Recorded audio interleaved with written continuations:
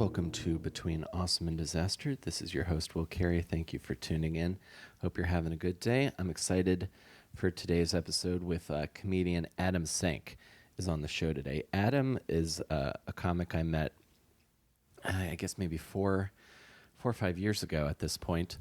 Actually, no, that's not true. It's probably closer to six or seven. When I was working the door at the Laughing Devil Comedy Club, I used to see Adam all the time. He would come in to perform, and he also ran the audition shows on Wednesdays, which I did, and it was a really good chat. And he told me something really interesting. He came over, and we were chatting a little bit before we turned on the mics, and he told me that he's actually planning on leaving stand-up at the end of the year. So I was really intrigued to hear that. This is always something when someone makes a conscious decision to leave something they've done for a while, I'm always curious by that, and especially a creative field. So we talk a little bit about that towards the end, but Adam's also a brilliant performer. He also, you can listen to his album live at the Stonewall Inn, which you can buy on iTunes. It's also available on Stitcher Premium. And additionally, he has a podcast called The Adam Sank Show, which you can listen to everywhere you get podcasts, and you can also listen to it live. I believe he actually says what time, so I'll correct me if I'm wrong. I believe that's on Saturdays, but you can, of course, check his website, adamsank.com. And it was a really deep, emotional conversation, and I enjoyed talking to Adam immensely. So if you guys enjoyed this episode, and I'm pretty sure you will, feel free to share it with a friend. We are on Apple Podcasts and Stitcher. Ratings and reviews are greatly appreciated. And thank you guys for tuning in. This is one of my favorite things I do, this show. So if you enjoy it, I'm very happy that you're here. So I will talk to you at the end. And now let's go to my chat with comedian Adam Sank.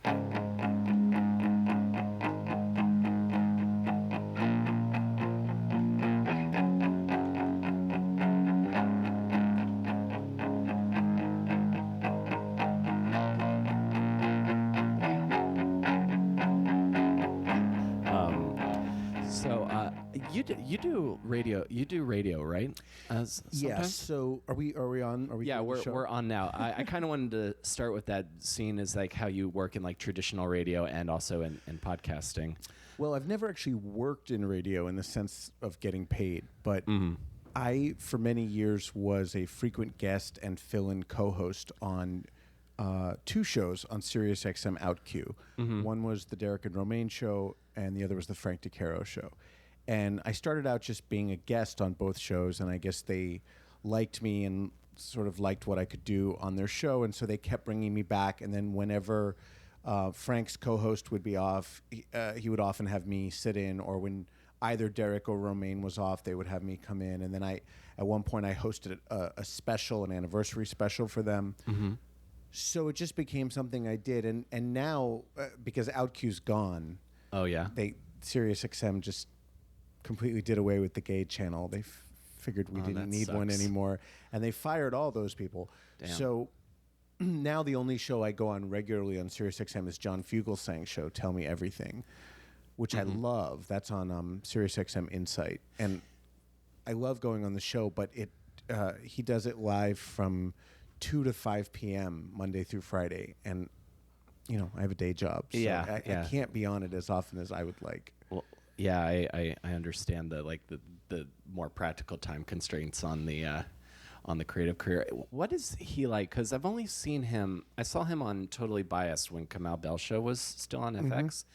And all I know about him is like I can't tell, is he like a comedian? And I know he's religious, but he's not like overly religious. Like what does he do exactly? Fugelsang's really kind of a Renaissance man. He's definitely a stand-up comedian first and foremost. I mean, he's been doing that since he was very young, and has been very successful at it. I mean, he's had a long and fruitful stand-up career. But he's also like a great host. He's a great sort of TV host. He was one of the original hosts of America's Funniest Home Videos. He's like really? frequent pundit on CNN and MSNBC, and anytime you need like a really smart, progressive, fast-thinking, fast-talking person, he's like the ideal guest. Yeah. So he's been kicking around for a long time, and I really think he's terrific on the radio. But more than that, he's just the nicest person I've ever met in stand-up. I wish I had met him 15 years ago when I was starting out, because I feel like he would have been so helpful to me, whereas nobody else was. Right. Do you know? Like, I never had that guy. You never had like or that a girl, mentor. right? Who was like, "Let me take you under my wing." And John, since the day I met him, has been like, "What can I do for you? How can I help you?" In crazy ways. I mean, not just having me on the show a lot, but you know, for a while he was hosting Page 6 TV on Fox, and it was sort of a gossip pop culture show. It wasn't quite right for him, but he did a story involving Kyle Mooney from Saturday Night Live, and he showed a picture on the show of me and Kyle Mooney from when we were both on John's show, and he was like, and there he is with comedian Adam Sank. And like, there was no reason he needed to do that. He just does that to be a good person and to like help in any way he can promote another comic. And I'm not the only one. He does it to like dozens of comics. Yeah. So I just love him. Yeah. And as far as the religion thing, like he's super left-wing religious Christian. Yeah. And how many of those do you meet nowadays? Very few. I know my friend Leo in North Carolina, and him, and those are the only ones I can think of. The ones that are like, yeah, I have super left thoughts, but also I believe in Jesus. Right. Yeah. God bless those people. Like those like pure souls that are in this just mire of a business. Yeah. Sometimes that are just like, I like you. You're cool. I'm going to help you because I'm a good person. Right. I see something in you that I like. Yeah. And you know, so I'm gonna do what I can for you. And by the way, I feel like I've done this for a million comics, and I just have never felt it back. I mean, obviously, I have friends in this business. There are comics that I love, and there are certainly comics who have booked me for their shows when they could.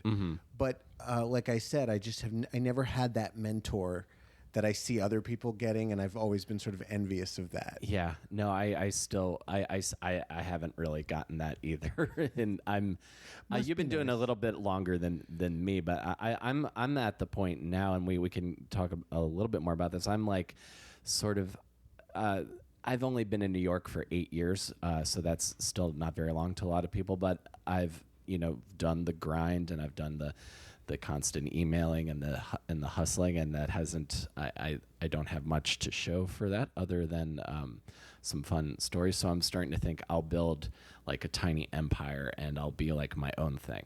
I think that's the only way to do it nowadays. I think it is. I think the days of like being really funny and then being discovered on stage at some comedy club, those days are over. Yeah. You know, I think the days of some agent seeing you and going, "Hey, I'm gonna, you're the kind of person I've been looking for. I'm gonna make your career." That doesn't happen anymore. I think people make their own thing on YouTube, on Facebook Live, on podcasts, whatever the medium is, and if you get enough of an audience, then you're successful. Yeah. But you have to make it happen. Exactly. And again, like I wish someone had told me that 15 years ago, but at that time we were still very much believing in the old model of show business, which was that there were these gatekeepers, and if I could just get one of these gatekeepers to recognize me, then I could break through to the next level. Yeah. But that was already over. Yeah. By the time I started. Yeah, and you say you've been doing it 15 years, so that's like 2003. Yes, September 2003 was my first ever stand-up set. Yeah, so because I'm thinking back. So I met you. I think I was working I must have been working because I met you when I was the door guy at the Laughing Devil Comedy Club. Is where I first met you, and I must have been. I think it was maybe 2011 or 12. I moved in 2010, so you're probably like, so I guess at that point you're 7 or 8 years in.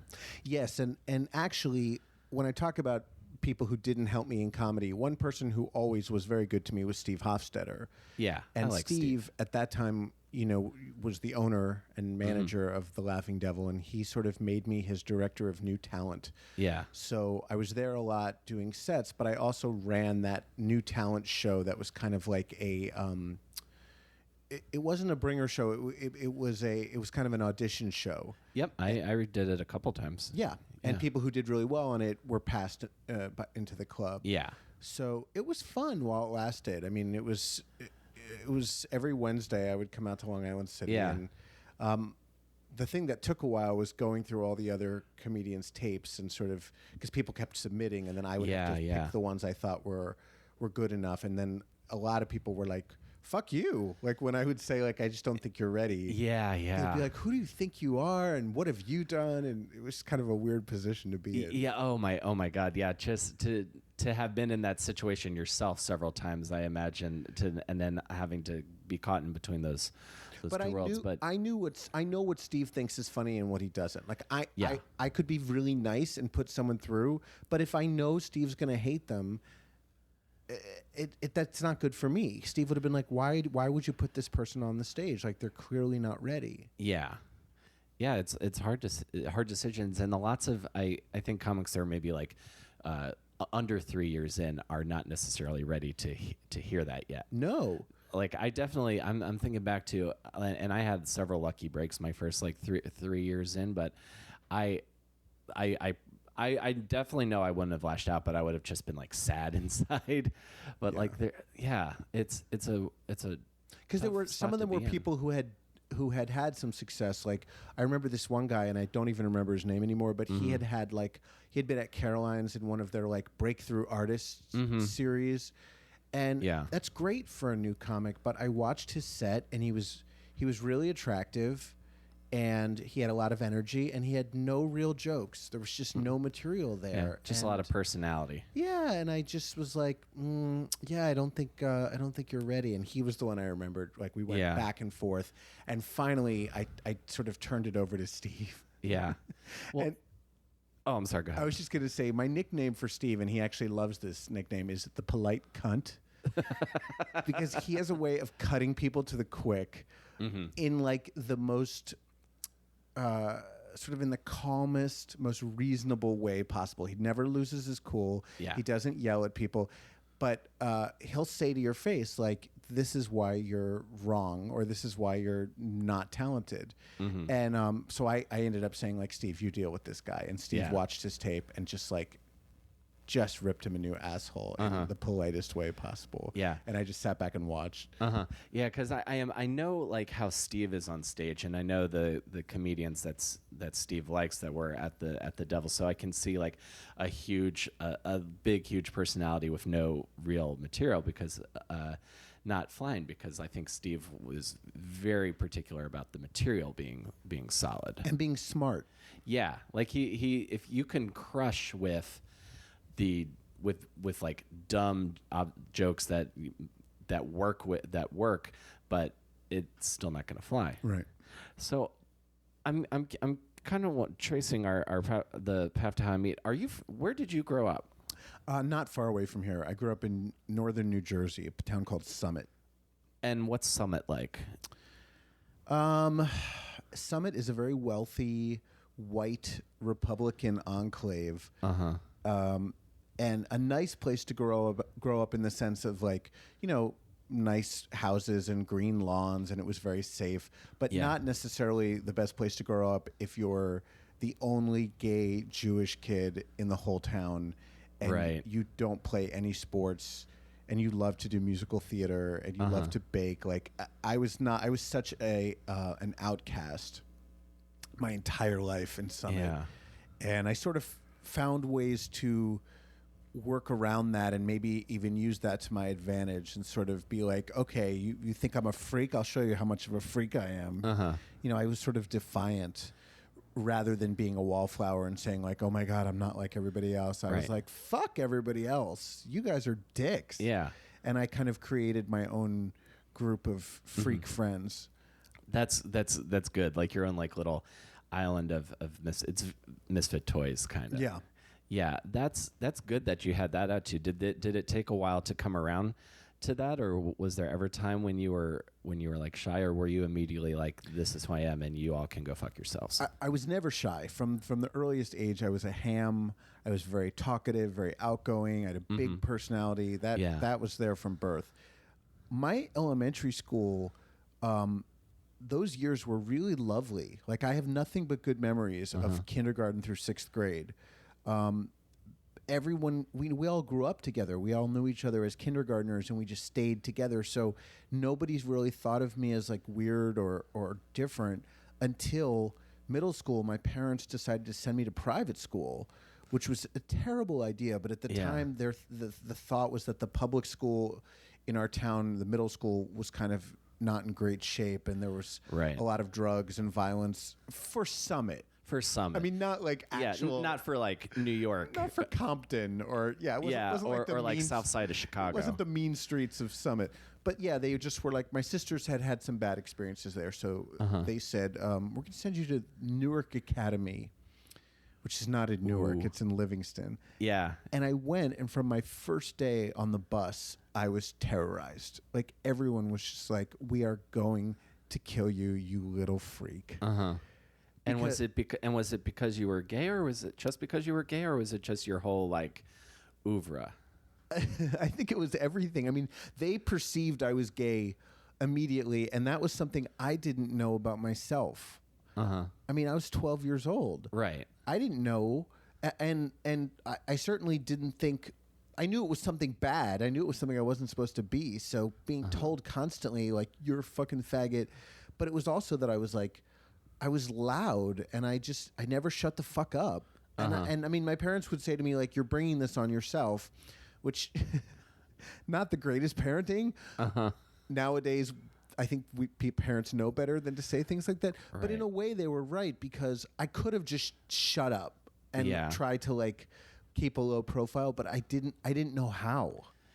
Oh no, yeah. Like I'm probably this way more now, but when I was younger, and like even just like it's not the exact same thing, but if like people wanted to like get in my face because I was tall, so they wanted to be like macho and like bully the tall kid, I would get like right in people's. I don't have any chill when it comes to that. I'm either like no confrontation or all the confrontation. So I think it's actually better that you had that you're confrontational early on, because rather that than just keep it all inside and then like be sad for years. Well, but first of all, I'm amazed that people bullied you for being tall. Like, I always think like, oh, being tall is a great thing. I would think it would be the short kid that would be bullied. But I guess you're bullied for anything that stands out. Anything that stands out, and like the short kids, like like especially the kids that would go after me, like a lot of insecurity or like maybe peer pressure. I would imagine now, like I'm just the easy one. I'm just an easy target, and I would. How tall were you when you were like 14? When I was 14, I was easily over 6 foot by the time I was 14. Like I was maybe 6 foot or 6'1". See, I would have just not fucked with you at all. I would have just been afraid of you. and now, having been in New York, I feel like most people are afraid of me. Yeah. Until you hear me talk, and then you're just like, that's why I think I was great at being a door guy until I actually had to talk to someone, and it was like, oh, I'm not going to listen to what he says at all. It's like talking to a Teddy Ruxpin. Right. But I did get to a point where I would get on the school bus and not speak and keep my head down, and they still, punched me, slapped me, put gum in my hair, threw snowballs at me. Yeah. Like the bus stopped. The bus driver stopped the bus, let everyone get off to get snowballs, and then they would throw them at me. The bus driver was in on it? He was in on it too, yeah. Jesus Christ. So I got to a point where I just would cry every single morning. I would get to school and I'd be in tears. That's how I started every morning, which is the worst way to start your day. Yeah, and this is like in 6th and 7th. This is so. Grade? In those days, elementary school was kindergarten through 6 in most towns. So middle school for me was 7th, 8th, and 9th. 7th, 8th, and 9th. Okay. Even though ninth was probably considered high school at Newark Academy. But anyway, yeah, I was there for those 3 years. And by the end, it was fine. But like seventh grade was just horrible. And what ended up happening was the school put me on a different bus. They put me on a bus that didn't even service my town just to get me away from those kids. Yeah. And once that happened, it was like much better. That's I mean, good.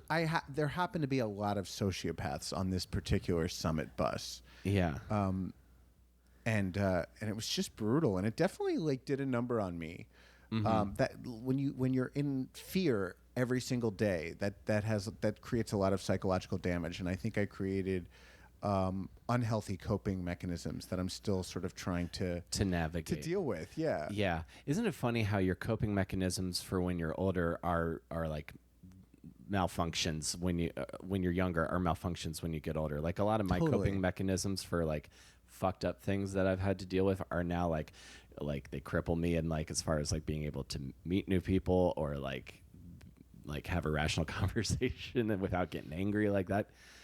Man, that I really feel for you on that, because my seventh grade year was again my worst year. Like it's growing a up, terrible like, age. It's a really bad age. Like that was like I got a black eye that year, and a kid, basically they changed this kid's entire schedule around after he punched me in the eye, and like I knew it was bad because after he hit me, I ran down to where my science teacher was, and he was talking to my math teacher, and I was just standing there with like my nose bleeding and my eye swelling up, and they finally saw me, and I knew it was bad because my female math teacher like went into the boys' bathroom to like help me with my eye.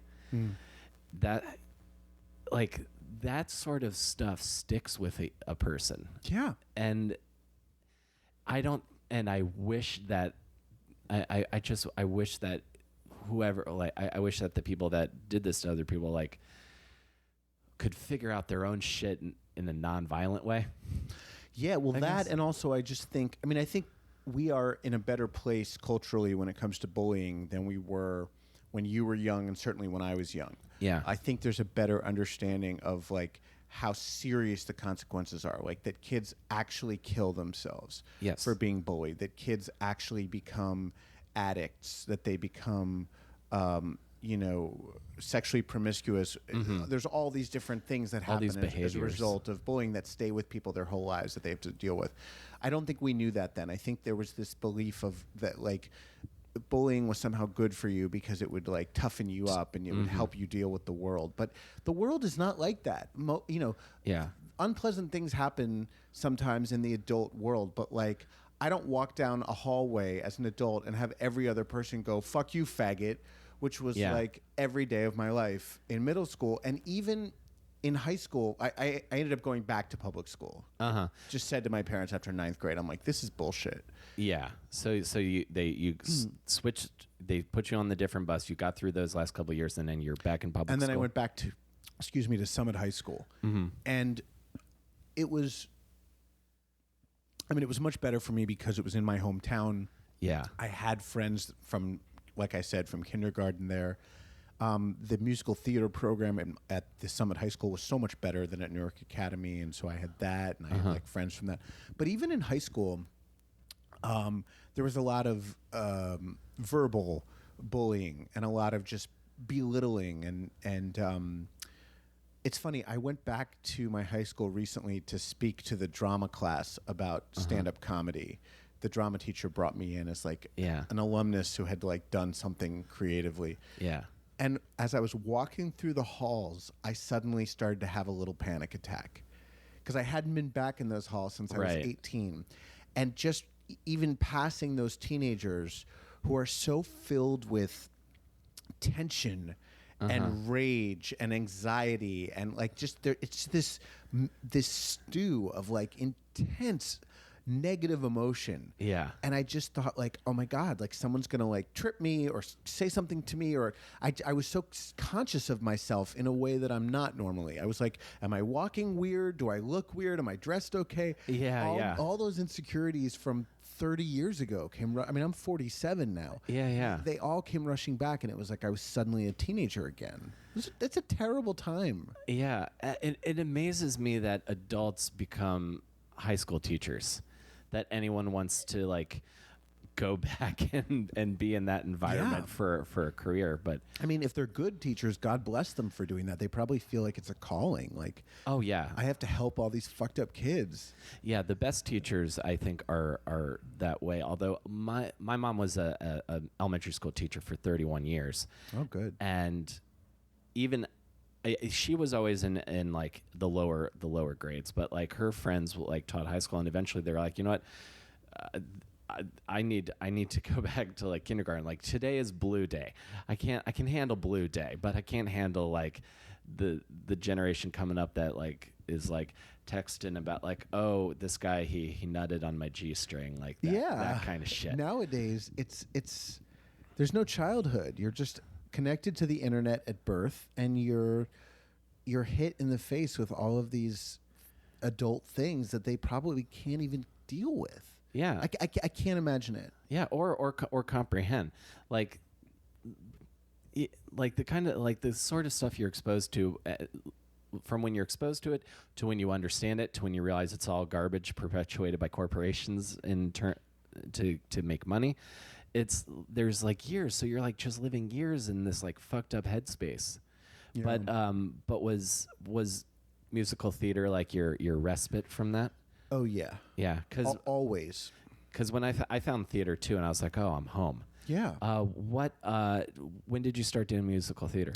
When I was very young. Mm-hmm. I loved to sing from a very early age, and always thought that I was going to be on Broadway. That was sort of my dream as a child. I had all of the Broadway cast albums.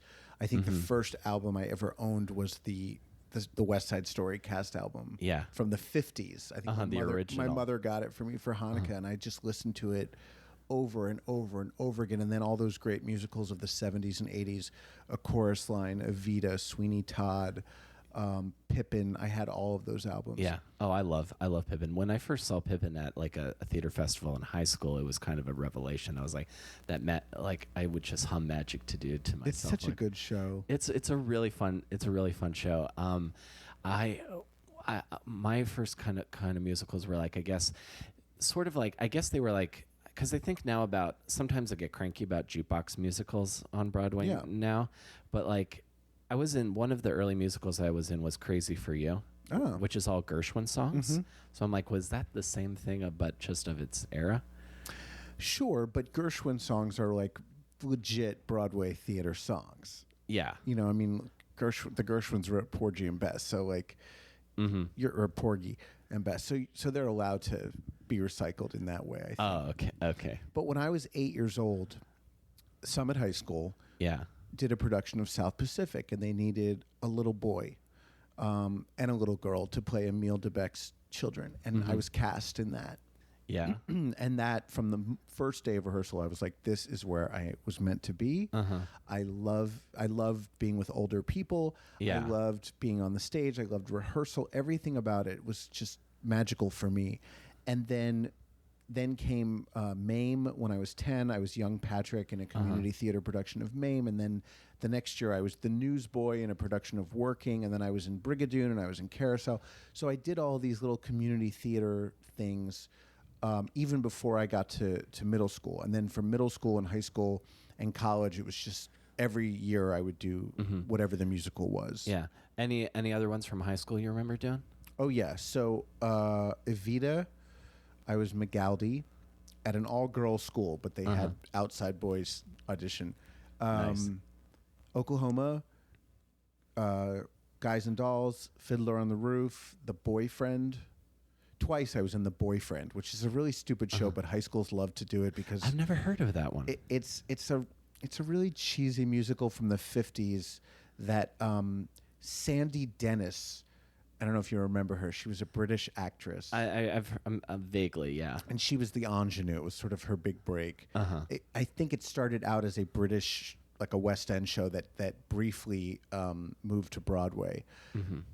But it's just silly. It takes place at a girls' school, and high schools love it because it's clean and it doesn't require a lot of fancy sets or costumes. And I think the rights are probably dirt cheap to it. Oh yeah, at this point, yeah, it's like, do you have two? You could just show up to Musical Theater International's office with like 50 cents and be like, "Ah, there you go." Right. And Enjoy. it's a 50s show that is a spoof of 1920s shows. Yeah. So the music is like, we've got to have, we plot to have, for it's so dreary not to have that simple thing called the boyfriend. Da da da da da. It's like that. All those songs are like that. So really peppy, sort of old school, like Yeah, a lot of Charleston dancing. And twice I did that. 9th grade at Newark Academy, and then senior year at Summit High School. Mm-hmm. And at this point, so like you find musical theater, and like your home. I imagine that's like a big relief for you at that point. Well, it was the only place where I felt totally like I could be myself, and no one there thought I was a freak or was judging me or was insulting me. I was popular among the musical theater kids, you know, and I always got the parts I wanted because I, you know, could sing, and I can't dance, but I could at least move a little bit and not look like a total idiot. And I was loud, and I was confident, and you know, I was never a great actor, but I was always very comfortable on the stage. Yeah. And when you're in high school, that's enough to like get the leads. Oh, absolutely. You know? Yeah, if you can just stand on stage, have with some poise and be confident, you know, hit a couple marks. Yeah. Right. Remember your lines. And yeah, exactly. I'm thinking back to if we were like in the same high school, like we. I don't know if you would have sought me out to be my friend, but I definitely would have thought like, oh, that's the cool guy. I want to be like that guy. We totally would have been friends. If you were in the show, we would have been friends. I was friends with all those people. We partied together. We got drunk together. It was like, and that's the other nice thing about theater in high schools is that it brings together kids from different walks of life. Yes. So, you know, Summit was, like I said, a very white bread town, but there was sort of like the rougher section of town, and there were the people whose parents like didn't work on Wall Street and were sort of struggling, and we all came together in the shows, and nobody gave a shit. It didn't matter if you lived in one of the big mansions over in West Summit, or you lived in like a track house in East Summit. We didn't care about any of that. Yeah. Just cared about the show. We had metalheads, and we had like you know, some bad boys and some bad girls and some preppies, and you know, there was I had this friend named James who was on the golf team, and that was his whole life was golf, and he was this very shy kid but very cute and just a sweet guy. He showed up at auditions by accident. He had left his jacket in English class, and that's where we were having drama auditions. And we basically did not let him go. We were like, no, you're going to audition. And we forced him to, and he got one of the leads, and he just became like our friend. Like, we were like, we will not let you out of this room. That's perfect. You know, like things like that would happen, and it didn't happen in any other realm of high school that I saw. I agree with you completely. There's that sense of community that high school theater specifically brings about. There is none of the tribalism that occurs, like I think as you get older or in other parts of high school. Like everyone is just together, and it's about the show and having fun. And at my high school, we built all the sets too. Like our teachers were very hands off. They sort of let us design and do everything. So we were sort of like laying the foundation of how we were going to be when we got older. Right. It's really important, and I hope people don't forget that. Well, and you know, now they're taking arts education out of all the schools, which is just so painful to think about, because I think it's a lifeline for people, even if they never do arts again. I think having worked on something constructive, having worked on whether you're in the orchestra or the band or the chorus, or you do the play, or you're on stage crew, like those kind of creative endeavors, they show you what life can be. Yes. You know, they show you like how fulfilling work can be. That work doesn't have to just be terrible, drudgery, because it is work. You know, like it was the first time I was excited to stay late after school and go into school on Saturdays to help build sets. Totally. And it's still like that. I mean, I have this podcast on Saturdays called the Adam Sank Show. I work way harder on that than I do on my real job. Like my real job, I couldn't give a shit about. Yeah. But like the podcast, I'm going to make sure that it's as perfect as I can make it. That like I have the best guests, that we have fun stories to talk about. We have sound effects lined up. Like I produce that shit. Yeah. Because that's important to me. Yeah, absolutely. Yeah, you develop that feeling of passion for something, and then for me, I was like chasing that. So so you get out of high school. Where do you go to college? University of Michigan, Ann Arbor. Ann Arbor, and then did you go for theater? No, but I was kind of a theater wannabe. I wound up being a psych major.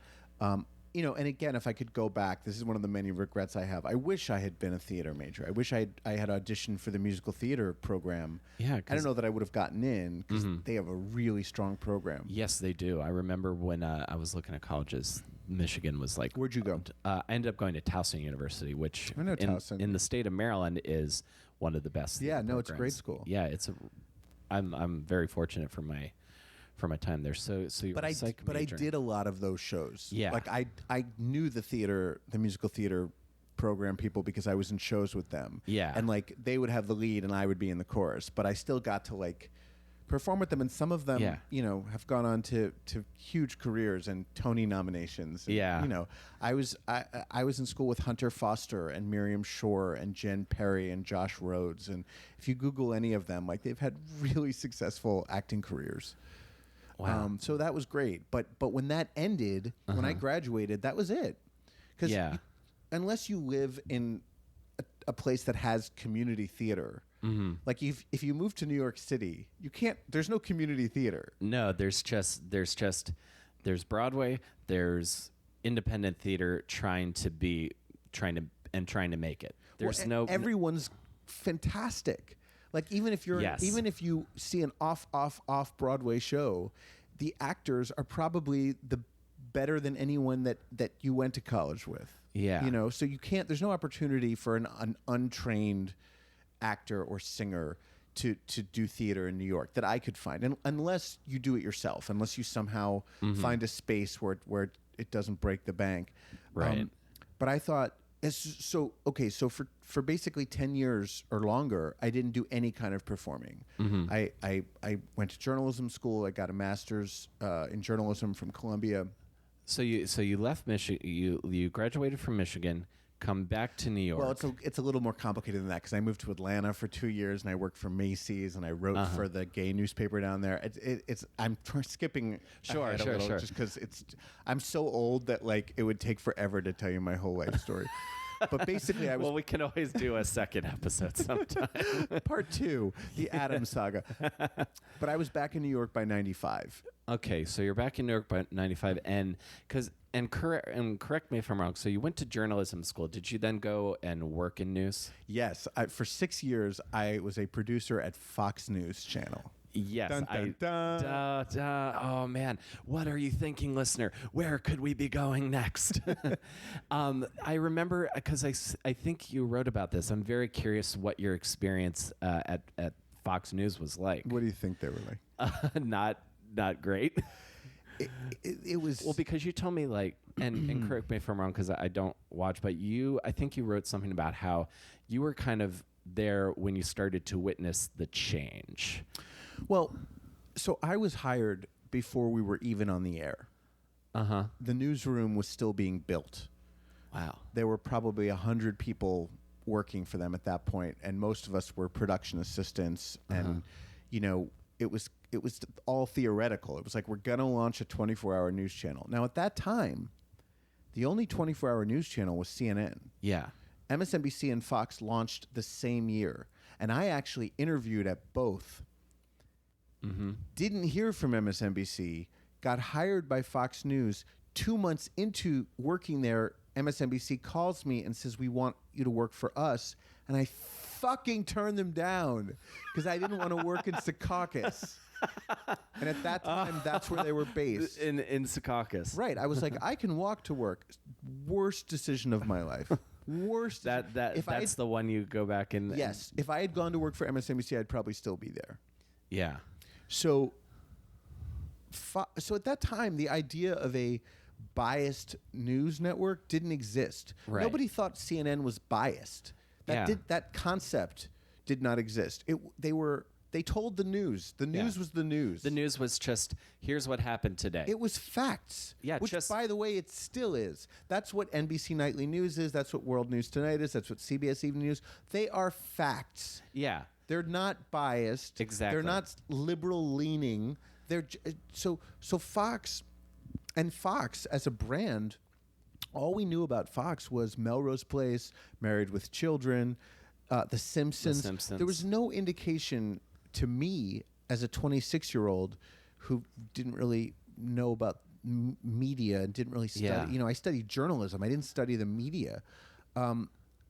We didn't know who Roger Ailes was and that he had worked for Nixon and had this mission to create an alternative set of facts, an alternative universe for news, where suddenly news had a bias and news had a position and news was beholden to one side or the other.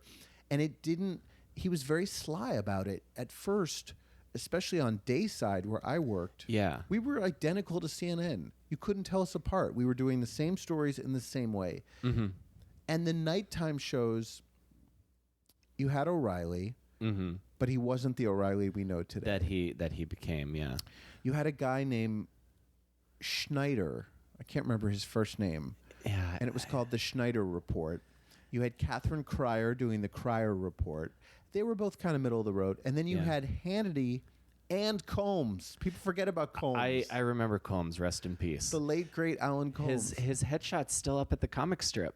Really? Yeah. He did comedy? Yeah, he did comedy like way back in the day. And the last time, I haven't been to the strip in a while, but the last time I was there, I was like, Alan Combs did stand up? And they were like, yeah. So, I mean, Hannity and Combs were kind of a crossfire show. It wasn't so obvious to us what they were doing for the first few years. And then it just kept moving farther and farther to the right. And they would say to us, like, well, we're not going to do this story. Like this story that's in the news that the other channels are doing. We're not going to do this story because it's not fair and balanced. And fair and balanced was the key, was the code word for this makes conservatives look bad, or this makes Republicans look bad, or this makes George W. Bush look bad. Right. Or this makes Clinton look good.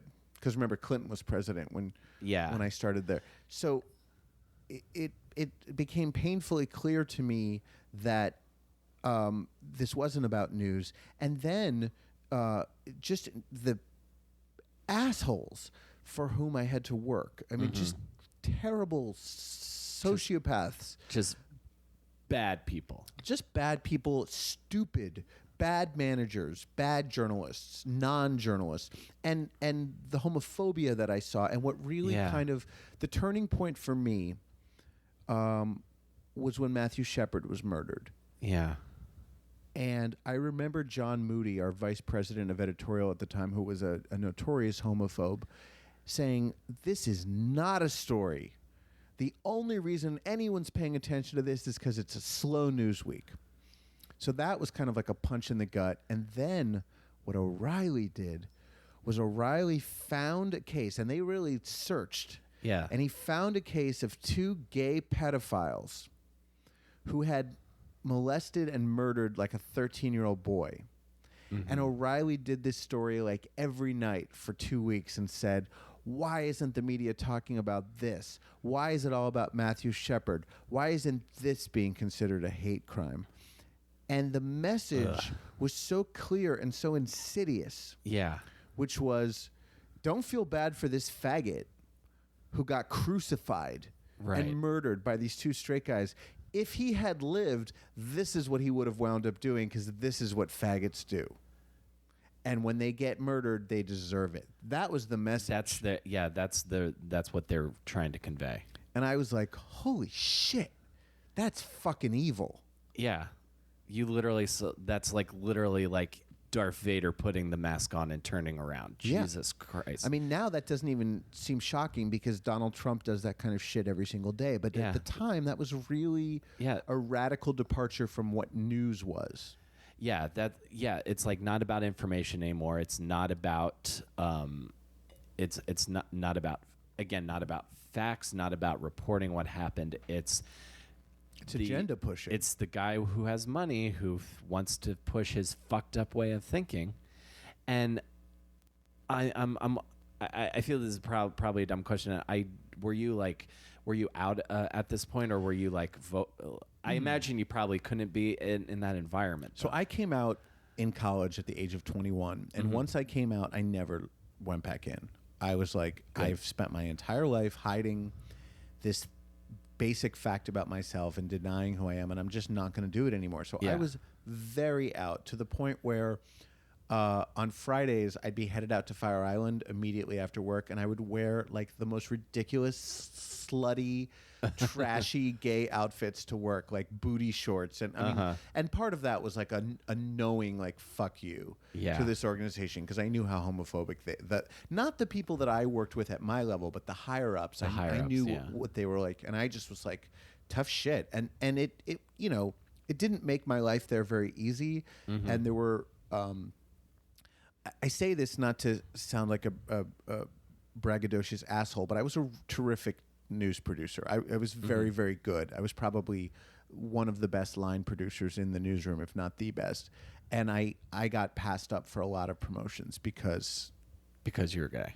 Because I was gay and really like in your face about it. Yeah. And because I was liberal, and they knew that. I mean, that was probably just as big a deal as they knew that I didn't drink the Kool-Aid. Exactly. You weren't buying into their nonsense. So was the but what ended up happening was they had to eventually promote me, and what they were doing was they were having me work as a senior producer for months and months and months without actually giving me the title or the salary. And I said, listen, if I'm going to keep doing this, you're going to have to pay me. And they finally said, okay, you're going to meet with Roger. And no one met with Roger unless they were being considered for senior management. And you had to meet with Roger Ailes. Yeah. And they said, holy shit. They said, you need to start wearing suits. Because I never wore suits. We were in a windowless newsroom where the public never saw us. Yeah. And so I wore shorts, I wore jeans. So I started wearing suits. They said, read Roger's book, You Are the Message. Make sure you're ready to talk about that. So this meeting was coming. And in the meantime, I had already started looking for jobs elsewhere because I just knew I couldn't stay there. Yeah. And literally the day before my meeting with Roger, I got an offer from WABC TV to produce the 11 o'clock news. And so I said to them, I'm sorry, but I'm leaving. So you could just cancel my meeting with Roger. So it never happened. I sort of feel like you dodged I sort of almost feel like you dodged a bullet, but then there's also a part of me that was like, I really want to hear the story where Adam gets in Roger Ailes' face because he got a job and is like, I'm going to tell this bloated Job of the Hutt motherfucker what I think about him. You know what's really weird about Roger? May he not rest in peace. Roger loved gay people. Roger's best friend was Judge Andrew Napolitano, who's a frequent Fox News contributor, who's got a husband. And Andrew and his husband used to go on vacation with Roger and his wife. And, you know, all of these assholes, they had no problem with the gay people in their lives. They just, in order to attract as wide a base of inbred shitheads as they could, they would push this homophobic, anti-gay agenda. And that makes me hate them more. Because if they genuinely hated gay people and they were pushing an anti-gay agenda, at least they're being intellectually honest. At least they're being consistent. Right. But they were like, oh, you know, here's my gay best friend. And meanwhile, like, let's talk about how gay marriage will destroy America. Yeah. And do you think it's a capitalist decision, like a money-making decision that they did that? I mean, if you look at Fox News, Rupert Murdoch is more the capitalist than Roger Ailes. Roger Ailes did have very strong conservative ideals. Yeah. I mean, you know, he was a real Nixon guy.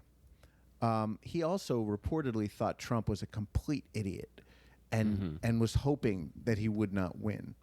But because Roger was a smart guy and Trump's a fucking idiot. Yeah. And I think any smart person sees that. Yeah. But I think with Roger, it was more about, I think it was a game for him. I think he's actually like Trump in the sense of, like, I want to garner as much power as possible and create this empire. And it doesn't really matter to me whether people die in the process of my creating it, or people's lives are destroyed, or whatever the consequences. Like, I'm such a narcissist that I just need to be at the center of everything. Yeah. And Roger figured out a way to do that. Yeah, to me, and this might be an odd thing to jump to make. I see it in like me. I'm sure you've met comedians whose material is not how they really think or who they really are as a person. Right. But they do persona. It's a persona, and they do it because it casts a wide net. Maybe it's more marketable. Yeah. It almost sounds like Larry the Cable Guy. Yeah, Larry the Cable Guy. The character is not who Dan Whitney is. Right. The person. There's sort of like a disconnect between when someone has to become something that they aren't, and they're doing it to make money. Right. Like, you call it selling out on there's coming from, like, listening to like punk rock music, my friends would call it like selling out, but it's like selling out these people that you really shouldn't be. Right. Well, I don't think you have a conscience. I think if you're pandering to the lowest common denominator, or you're succeeding by creating anger, hatred, division, or encouraging those things, then you just don't have a conscience. You don't have a moral center. Yeah. I couldn't do something that I know is harmful to people. I just couldn't. Yeah. I don't care how much you pay me.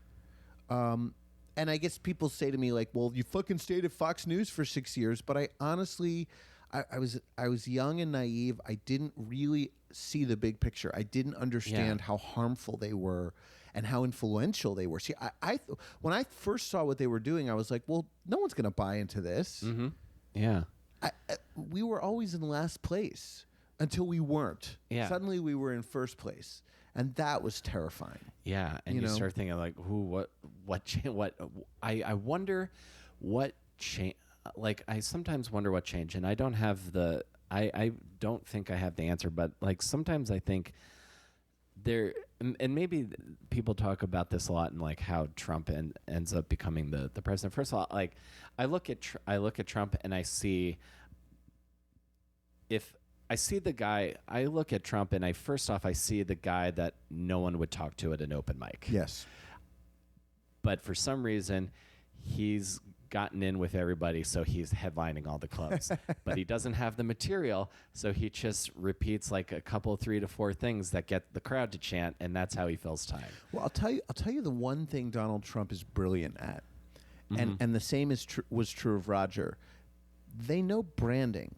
Yeah. Donald Trump understands how to come up with a very short, simple message that idiots can understand, and then repeat it over and over and over and over again until it becomes embedded in people's heads and souls. Crooked Hillary. Exactly. Witch hunt. Lion Ted. Fake news. No Lion collusion. Ted. No collusion. There's a reason why it's always the same phrases over and over and over again. It's the only thing he's ever been successful at. It's the only thing he knows. Branding. The Democrats and the so-called liberal media, we don't know how to do that. We still haven't figured out how to come up with a message that appeals to the masses that we can repeat over and over and over again until it becomes a mantra. Yeah. I mean, what is the Democrats' message? I don't know. What was Hillary's message? I'm with her. I'm That's with the her. worst fucking message ever. Yeah. What does that mean to the average American? Yeah. Arguably, yes, we can. With Obama was probably That was great. That's like that's the Democratic version of Trump Of Make America Great Again. Make America but I still Great think Again. Make America Great Again. You got to hand it to him. It's really catchy. Yeah. And if you're an inbred racist asshole, that phrase is music to your ears. Yeah. It pushes all the buttons. It does. It hits all the buttons. It hits all your frustrations and Your resentments. Yeah, that you don't quite understand because it's like bigger, and then he comes along with like a rally-esque speech where he he very clearly makes the enemy not rich people that have that continue to like take everything that continue to take, but he puts it on certain on ethnic groups or on like or I'm losing my no, but you're right. And Roger came up with fair and balanced.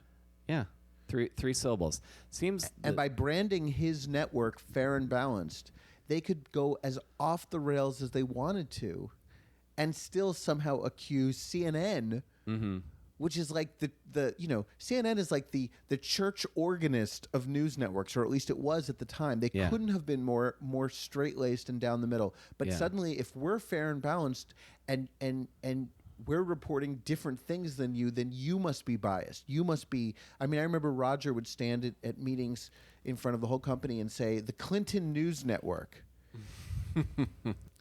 And I would say to myself, as a Columbia graduate, I would say, that's a weird fucking thing for a network president to be calling another network. Yeah. Because what does that make us? The anti-Clinton News Network? We're not supposed to take a position. Yeah. We just report events that happen. This is fascinating me because my girlfriend was a producer at NBC for a long time. Oh. So I've heard kind of this. Well, she could tell you some stories about election night. So you leave. So you eventually leave Fox. So I went to WABC, and I only stayed 6 months. Because once I got there, I realized how miserable I was and that it had nothing to do with where I worked. I thought, like, oh, now I'm at ABC. ABC's amazing. ABC's like real news. Yeah. And I still feel that way. But I just hated being a line producer. I was desperate to perform again. I wanted to be on the other side of the camera. I did not want to be the guy in the newsroom, in the windowless newsroom at my computer typing words that someone else was going to read. Right. And local news is kind of the pits anyway. You know, it's like who got shot today, and exactly, a sanitation problem in Queens, and or I saw in New York one like there's a luxury building being built where like a stable is in like deep in Brooklyn where like horses, they give riding lessons through the neighborhood, like those kind of stories. It's a lot of stupid stories that don't really affect too many people. And I just was like, I actually went into a depression. I started taking antidepressants. It was my hours were much longer than they had been. The thing about Fox was it was actually kind of a cushy schedule. Yeah. But when you work in local news, you work 50 hours a week minimum. And any breaking news, whether it was national or local, I was expected to just drop whatever I was doing. Drop everything and go do it. And I was dealing with much fewer resources, so I had to do everything myself. There wasn't like this giant assignment desk like we had at Fox News giving us the information. I had to actually like do reporting, and I was like, I don't want to be a reporter. I always wanted to be a producer. So I quit with no other job lined up. I had made a lot of money in those 6 months. It was a high-paying position. Yeah. And I just said, I'm not going to do anything for the summer. I'm just going to think about what I want. And by the end of the summer, I had decided that I wanted to be a stand-up comedian. And that September at Gotham, I did my first ever bringer show. Like at the old Gotham. Oh, on not 23rd Street. No, it was 23rd, but it was farther west than it is now. It was between like 5th and 6th. It's now the Metropolitan Room. Yes, I remember. For anyone who might listen to this, the old Gotham, I think, is featured in the Jerry Seinfeld documentary Comedian. Yes. Yes. I remember where that is. And that wasn't an Andy Engel bringer, so he wouldn't. No, it was a Jessica Kirsten bringer. Ah, Jessica. Yes, I haven't. I think I haven't seen her in a long time. So okay, so yeah, so what drew you to stand up? You know, for years I had been writing these stories in my head, not fictional stories. Like, I would recall something that had happened, and I would think, if I were to ever tell this story, how would I tell it? And no, I wouldn't say that. I would say this, and then it would be funny if I then went to that, and I basically started writing stand-up in my head for years before I ever did it, and I would sometimes stop myself and go, what am I doing? Like, what am I doing this for? It was just an exercise. I would be at the gym or I'd be in the shower, just doing anything mindless. My brain would start to churn out material. I knew that I could write. I had always been a writer and I had been trained as a writer. Yeah. I knew that I was comfortable on stage. I kind of thought to myself, what does this all add up to? Yeah. You know, I'm not an actor. I'm not trained as an actor. I'm not good enough to be a New York City actor. I can sing, but I'm not like a professional singer. But I can stand on stage with a microphone and tell stories. I know I can do that. Yeah.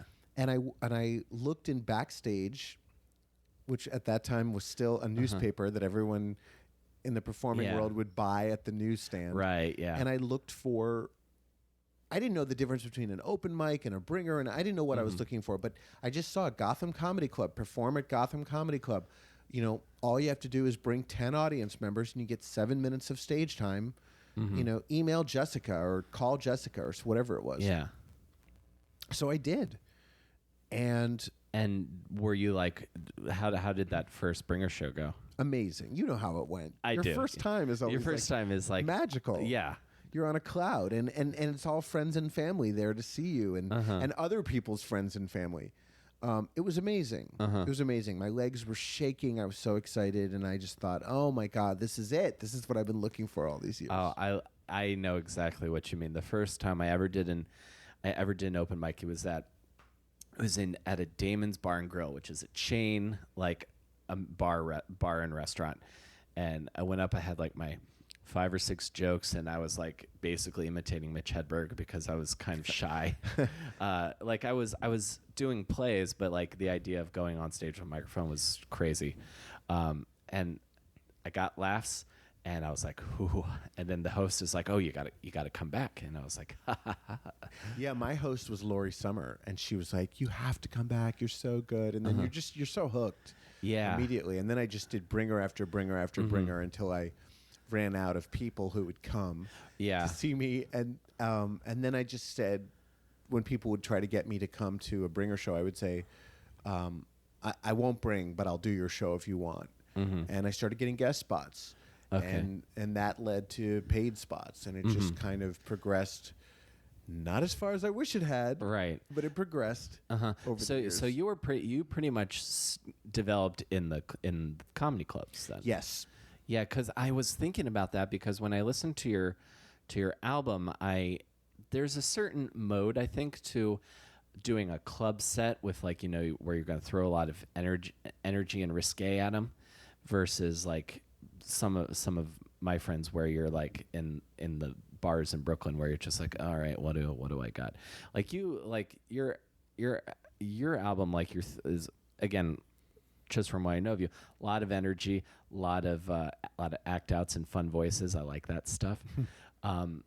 Is that a result of beginning in comedy clubs, you think? No, I think that's just my style of stand-up. I mean, I'm very... it's always felt to me like a conversation with the audience. Yeah. It's never felt like me getting up there and just telling jokes. Like, I really want the audience to feel like they're a part of it. And so I'm really just watching them the whole time. And I'm trying to sort of give them what they want and figure out what that is. But I also do different kinds of sets depending on where I am. Like because I knew I was recording a comedy album and it was going to be a series of short cuts. Yeah. There's a lot of little jokes. There's a lot of jokes that are like 2 or 3 minutes. Whereas if I'm doing an hour-long set somewhere,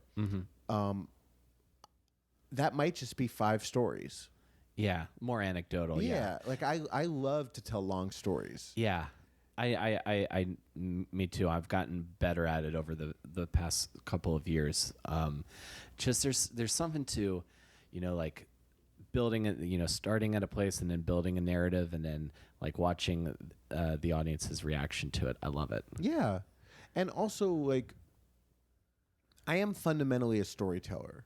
When I started doing stand-up, that's what I did. I would get on stage and a 10-minute set for me would be 3 jokes. Yeah.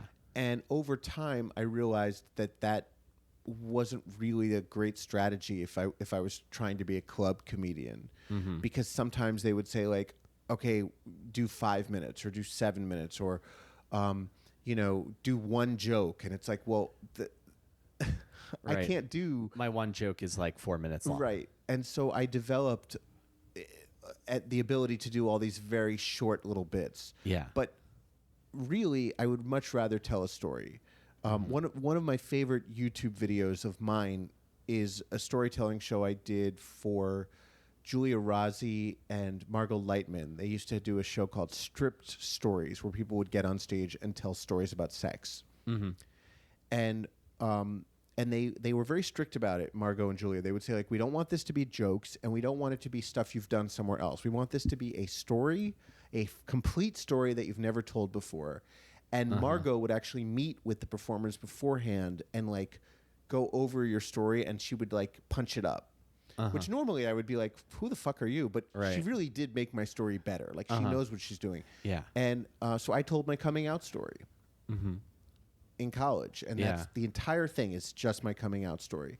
And I was really proud of it. And I was happy with how it turned out because it was very funny, but it wasn't just funny. It was also, like, kind of poignant. And there was a moment that was, like, where the audience gets really quiet. And I love that stuff. I love to take people on a journey. Oh, and those are my favorite comedians, people who do that. Yeah, same, because those are the comedians that think about, like, the first time you grow an emotional connection to, like, your favorite band or your favorite singer or cast album.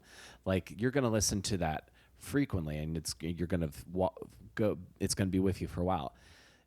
I think a show like that, and for me, it's like guys like Chris Gethard or Mike Birbiglia that are funny, but they have these emotional. There's an arc to it almost, and I haven't seen Nanette yet, but everyone's talking about it. It feels like it's similar. Yeah, I have mixed feelings about Nanette. I would have to watch it before I could discuss it. I'd be interested to know what you think. I will. I'll Facebook you once I watch it. Because I've read so much about it. I haven't been, like, in a place where I'm like, okay, I'm ready to pay attention to this completely. My 5-second review is that it succeeds as a political manifesto and fails as art or comedy. Okay, interesting. So I am going to. But I don't think that's a popular opinion. I mean, I've heard some people have that opinions, but from what I've heard other people say that it's an Edinburgh style show, which that makes me think of more of a theater piece. But it's hard to sell. It's hard to sell a Netflix special, but calling it a theater piece because you think of theater as being a live thing, and you can't call it a one-person show because that's almost a punchline now, I think. Yeah, what she did was incredibly brave, and I give her tremendous credit, and I think it probably will do a lot of good, which ultimately is more important than anything else. Yeah. But as comedy, maybe not as much. Without spoiling anything, the part that's supposed to be funny isn't that funny to me. So when the turn happens, it doesn't feel as abrupt. Earned. It doesn't feel earned to me. No, that makes sense. Because it's a hard turn. It's a hard turn. Okay. That's what I've heard. Well, so if I were laughing my ass off and then suddenly I was shocked, that would have been great. But I was never laughing. Gotcha. Okay. Well, I'm going to have to sit down and spend some time with it. I'll let you know what I think. So now I'm also curious, and let me know if you got to go. Yeah, pretty soon. Okay, cool. Well, let's cool. We'll start coming in for London here. I want to discuss two more things. I want to know about your experience with Last Comic Standing, and we talked a little bit about it beforehand. I want to know where you're at with your podcast and where you see your performing career going in the future. But I'm very curious. I could talk for 2 hours about those two things. Okay, Last Comic Standing, 2008. I had never auditioned for that show or any reality shows. At the time, I had been doing these shows almost every week in Hoboken for Danny Aiello. Do you know the actor Danny Aiello? Yes. Oscar nominee, maybe Oscar winner. Big Italian guy. Yeah, I know. Been in a ton of movies. Danny ran a comedy show at a restaurant in Hoboken called Tutta Pasta. And the comedy room was called Danny's Upstairs. He was not a comedian, but he always loved comedians because he got his start as a bouncer at the Improv. I think it was the Improv. Yeah. So he would bring over these comics from New York, and he wouldn't pay us, but he would feed us. We would get like a big Italian dinner, and everyone would get like 8 minutes, and he would have his like industry friends come, and it felt like a very special, weird, unique thing at the time. It was me and Gino Bisconti and Robin Fox and Mike. Who's the big guy? I'll think of his name. A lot of people that have gone on to do very big things. Yeah. And I remember one night, Danny was just such a warm, lovable person. Such a warm, lovable person. I remember one night Danny grabbed me and Gino. He said, "Get in my car. Get in my car. I want to play you this CD." And we get in his car, and he plays us this CD of him singing opera. And just blasting it. What do you guys think of this? What do you think of this track? Is this great? Come on, listen to this. And I remember Gino just turned to me and said, "Don't ever forget this. This is something you're going to remember forever." And it was like, because it was just so weird. It was like, why are we in Danny Aiello's car listening to him sing opera? So anyway, Robin Fox, who was always a very close friend of mine in comedy and really one of the funniest people I know, Danny got her a booked audition for Last Comic Standing, season 6. And she was very excited about it. And she said, "I can't," because I don't know if you must know this, Will. Like, when you stand online for hours waiting, you're not getting on the show. That's not the real audition. Right. The only people getting on the show are people who have booked auditions through an agent or somebody in the business. So Danny knew someone at NBC, and he had reached out to them and said, "You got to see Robin Fox."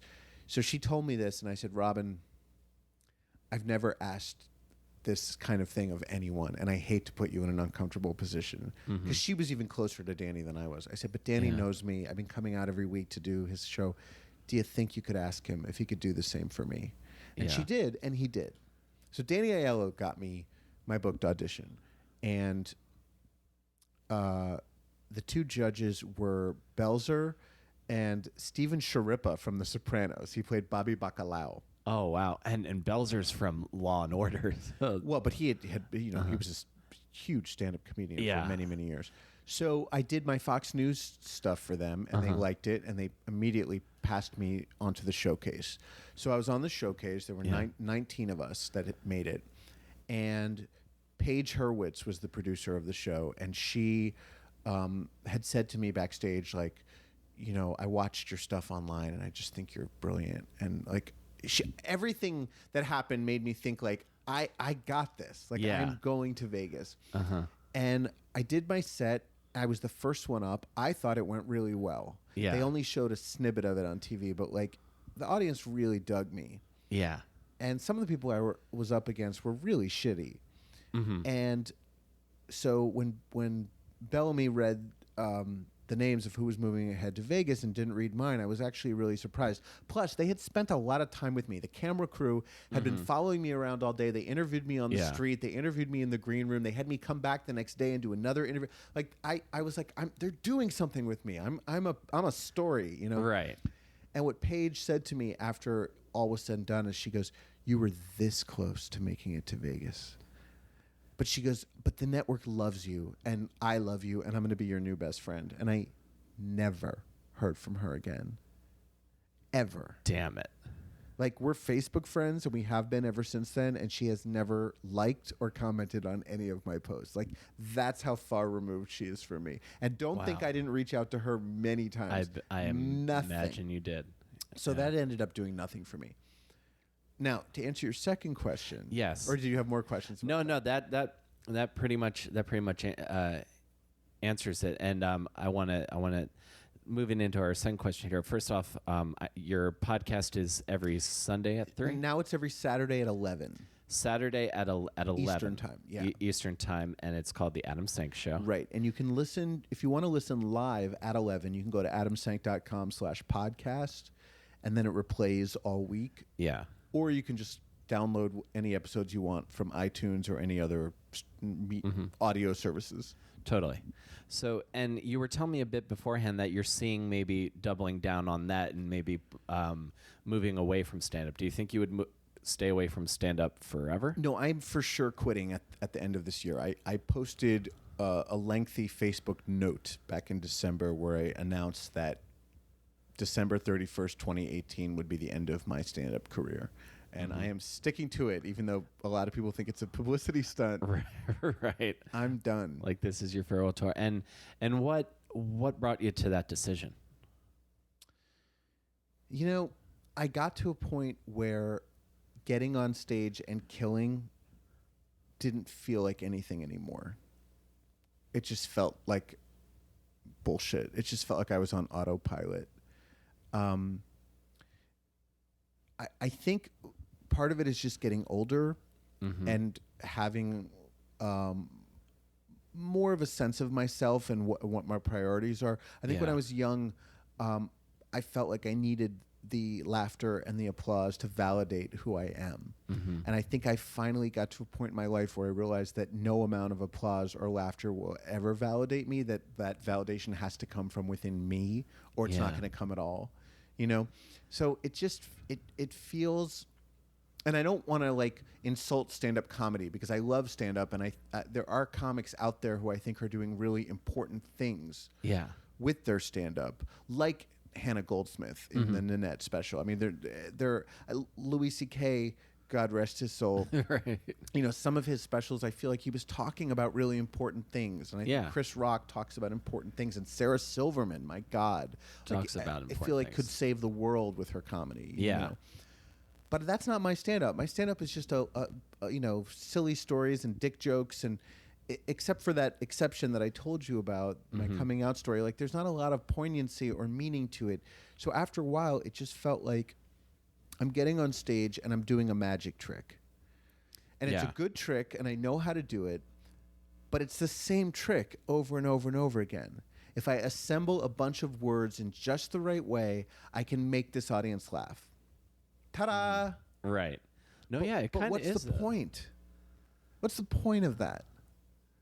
Do you know? It just felt like, it just feels like masturbation now. And I, you know, and some of it is I'm just also not as in demand as I once was. I was never, you know, I was never a true success in stand-up, but there was a time when people were reaching out to me on a regular basis, you know, come do my show, come do my show. I was getting a lot of out-of-town bookings, gay events and gay cruises and so forth. And those are few and far between now because I've reached that age where they don't want some non-famous 47-year-old. They want a famous 47-year-old, or they want like a 25-year-old who's like on his way up and who the kids are going to relate to.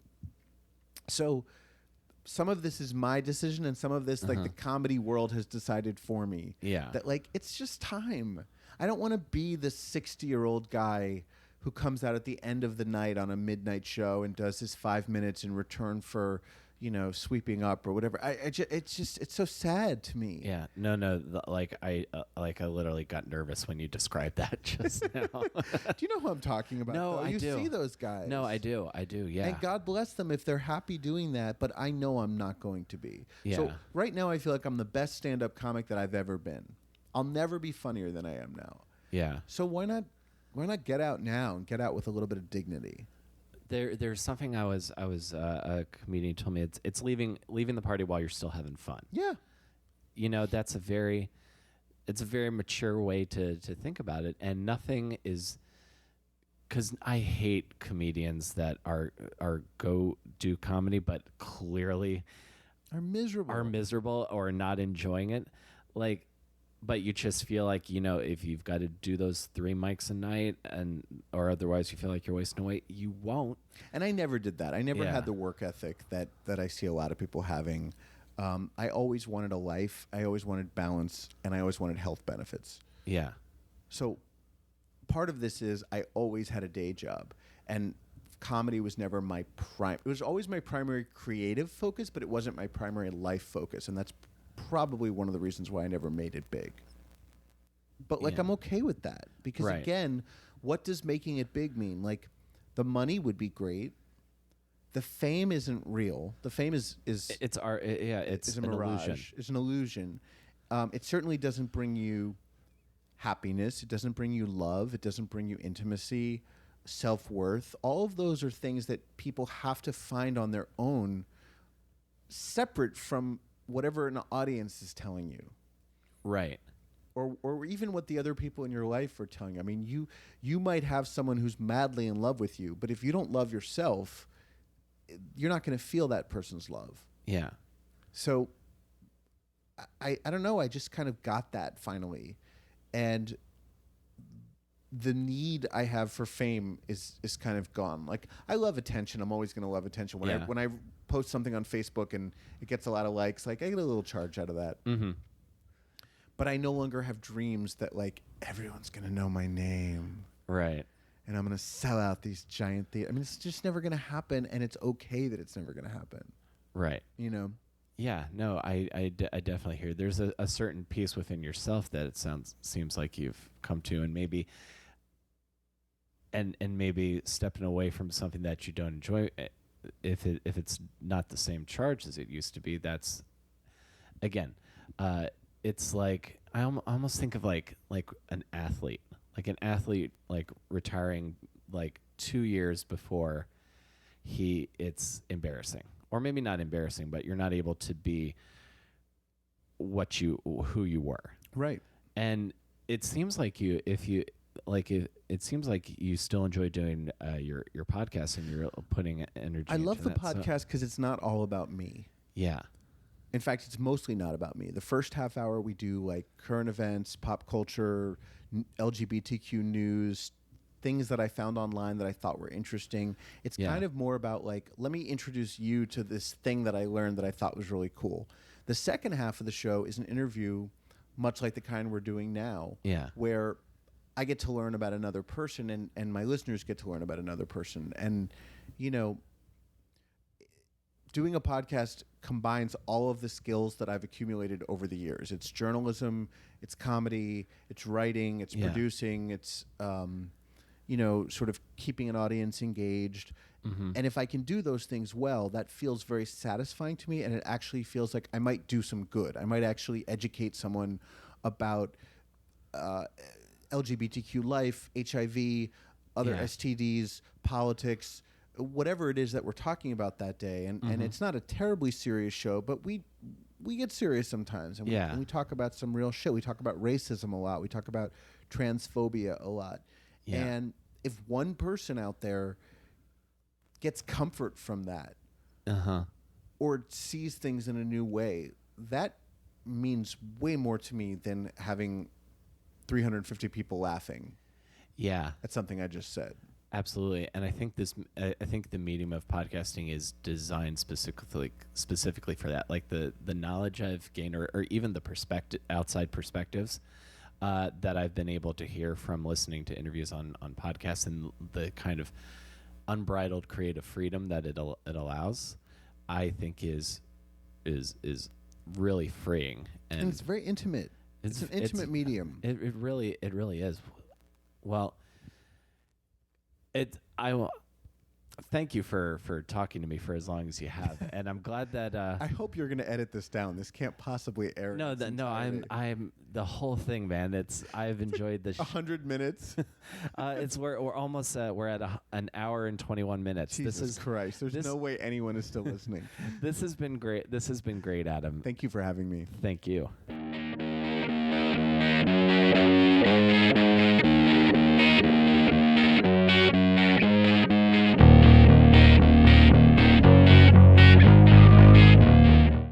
That's the show for this week. Thank you for listening, everybody, and thank you for Adam for being a great guest, and it was great to get to talk to him, and I'm looking forward to where he goes next with his creativity, because he's a very, very honest, solid, creative person, and I think he will do great things when he with his show. Again, you can check out The Adam Sank Show everywhere you get podcasts, and Adam's album is on Stitcher Premium and on iTunes.